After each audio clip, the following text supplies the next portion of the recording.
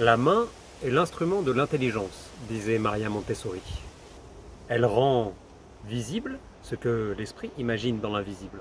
Mais au-delà de l'image, les neurosciences nous démontrent aujourd'hui que le travail de coordination et de motricité fine sur les mains agissent profondément sur le cerveau, dans une multitude de fonctions cognitives.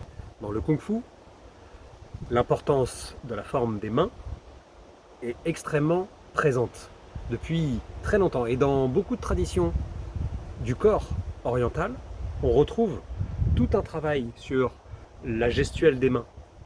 Quand on sait que dans les mains se concentrent beaucoup d'articulations, beaucoup de connexions nerveuses, on comprend bien que l'action sur les mains a une incidence énorme sur le cerveau et sur les connexions neuronales. D'ailleurs, les pianistes, quand on regarde leurs connexions neuronales, elles ont des zones extrêmement développées dans plein d'endroits différents du cerveau. Donc, agir sur les mains, c'est augmenter nos capacités spirituelles, cognitives, mentales, de concentration, d'attention, de gestion du stress, de gestion des émotions, de capacité à la décision, sur la procrastination, sur le sommeil, sur le langage. En fait, le lien est partout. Et d'ailleurs, Maria Montessori l'avait bien compris, le développement de l'intelligence chez l'enfant, il passe énormément par la manipulation. Je vous propose aujourd'hui un exercice pour travailler ça à partir d'une gestuelle simple des mains et des doigts. Il s'agit d'ouvrir et de fermer les poings en déroulant les doigts depuis le petit doigt jusqu'au pouce qui s'ouvre et qui se ferme. On le fait dans un sens, mais on peut le faire dans l'autre sens. Pas à partir du petit doigt, mais à partir du pouce.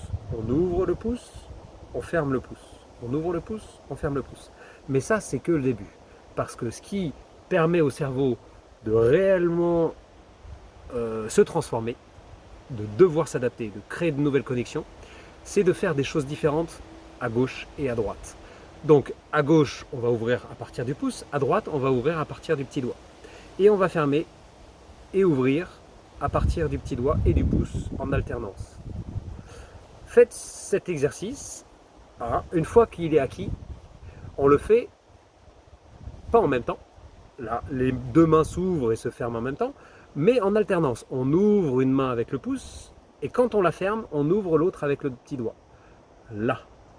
Et vous verrez que ça demande un travail, et il ne s'agit pas de réussir du premier coup, il s'agit de faire l'effort de faire ce travail. Et c'est dans l'effort du travail que le cerveau s'adapte, que les connexions se créent, qu'on agit sur les différentes zones du cerveau. Et quand vous avez acquis le geste, il faut trouver un autre geste qui va permettre de continuer l'effort et le travail. Bon travail, bon exercice à vous.